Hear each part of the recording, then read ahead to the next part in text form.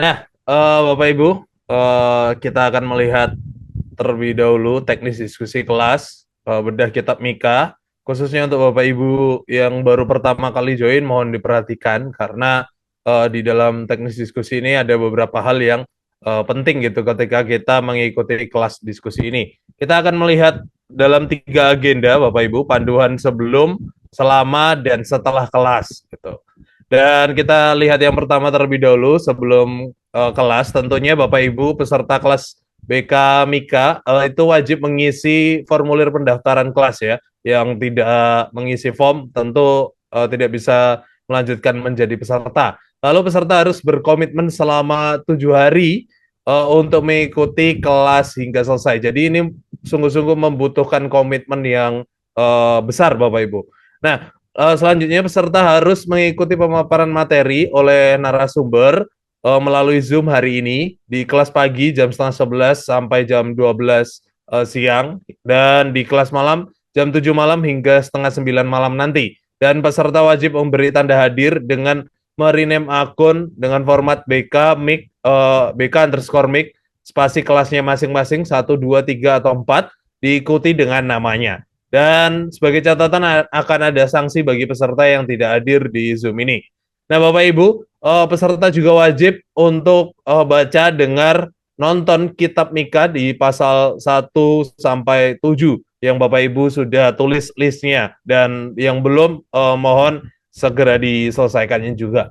Nah, selama diskusi kelas Bapak Ibu ada beberapa bagian yang perlu diperhatikan. Waktu diskusi kelas kita itu selama 7 hari diskusi ya, kelas pagi mulai dari jam 9 sampai jam 5 sore, dan kelas malam sampai jam 3 sore sampai jam 11 malam.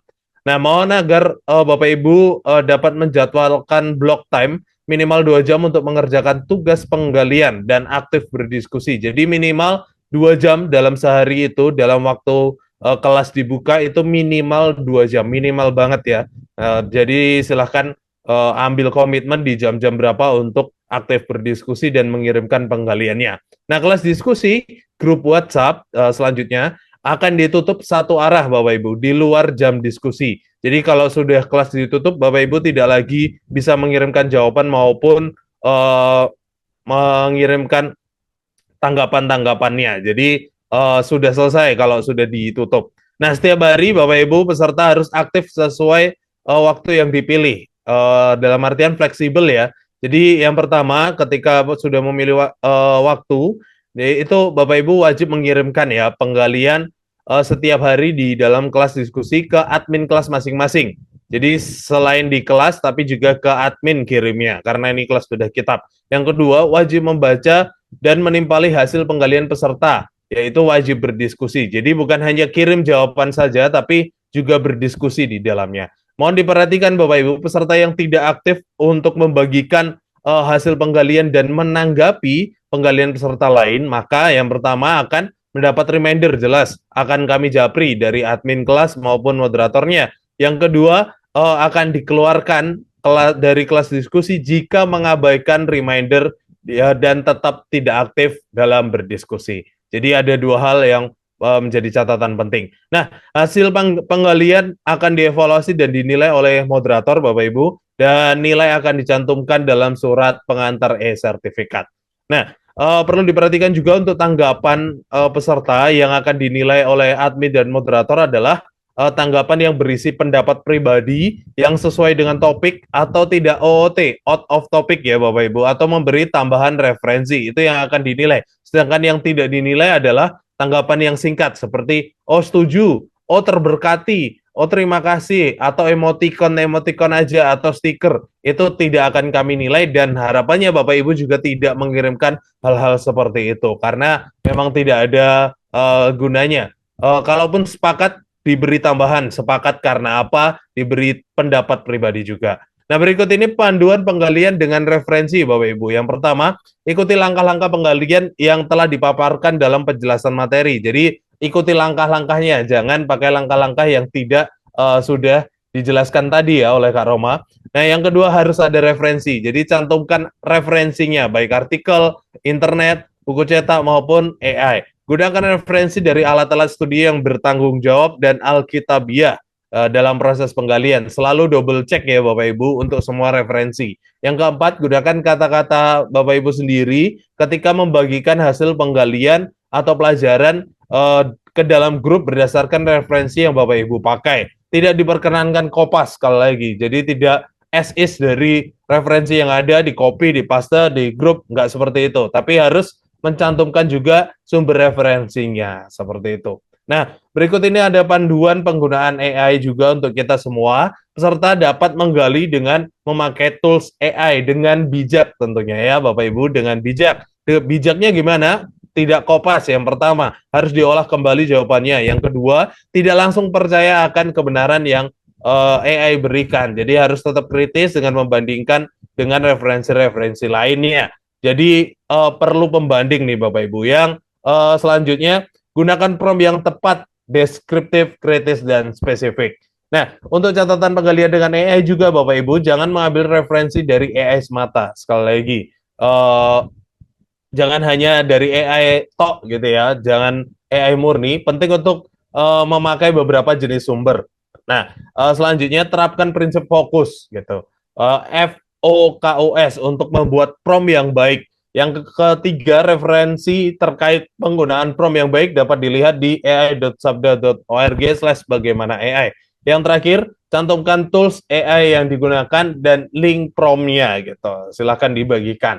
Nah, ini salah satu contoh prompt yang terfokus ya. Saya adalah orang Kristen yang sedang menggali tentang Alkitab-kitab dari Kitab Mika. Jelaskan kepada saya mengenai latar belakang Kitab Mika dan inti berita dari kitab ini. Sertakan ayat-ayat dan susun dalam bentuk poin-poinnya. Ini salah satu contoh aja, tentu ini dan bukan final prompt ya, tapi harus ada conversation di dalamnya. Setelah diberikan, beri tanggapannya, tanyakan lagi, kritis lagi ya, seperti itu Bapak Ibu, untuk berbincang-bincang dengan AI dan menggunakan AI sebagai referensi. Nah, belajar tentang AI, ada 5 hal Bapak Ibu bisa lihat di layar kaca Bapak Ibu tentang apa itu AI, bagaimana AI, PA dengan AI atau AI Square ya, cara-cara AI dan AI studi Alkitab, lalu strategi prompting. Ini memberkati kita, menolong kita untuk menggunakan AI dengan lebih baik lagi. Catatan untuk kita semua,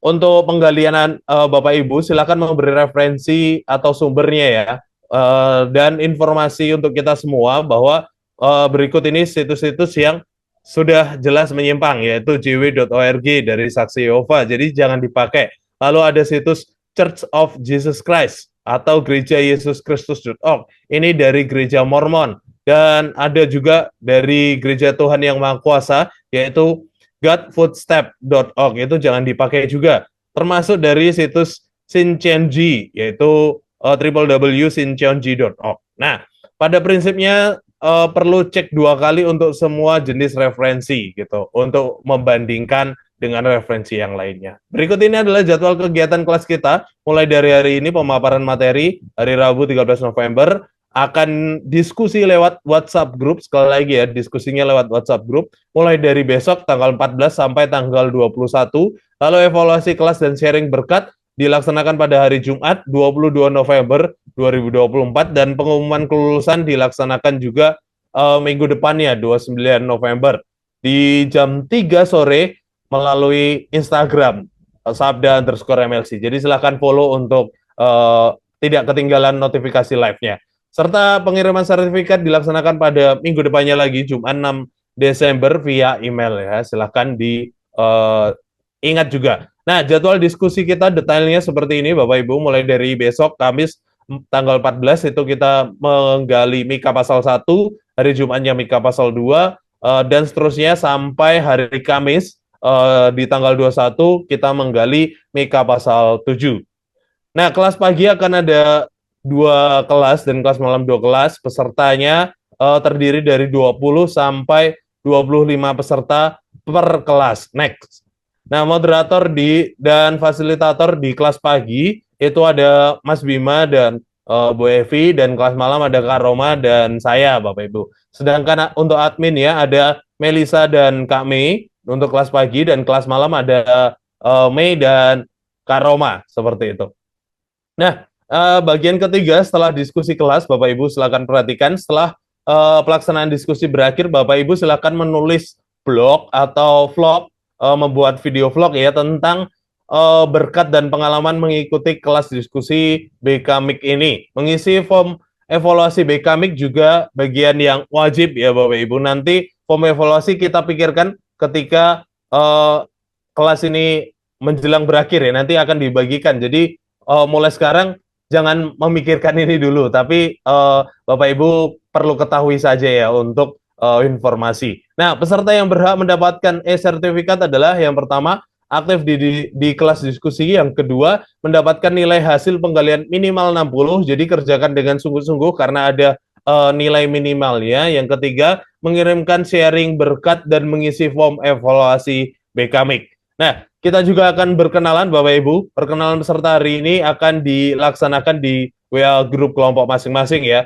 Dengan format perkenalan, nama lengkap, nama panggilan, domisilinya, serta usianya, serta dari mana gerejanya, dan menjawab satu pertanyaan, yaitu apa yang paling kamu khawatirkan tentang masa kini dan masa depan. Sharingkan dalam satu kalimat pendek. Nah, kontak kami jika masih ada pertanyaan, Bapak Ibu di 0821 3313 3315 atau di email kusuma@increase.net. Grup WA grup kelompok besar kelas BKMIK juga bisa dimanfaatkan untuk mengajukan pertanyaan. Thank you, selamat berdiskusi Bapak Ibu semua. Tuhan Yesus memberkati.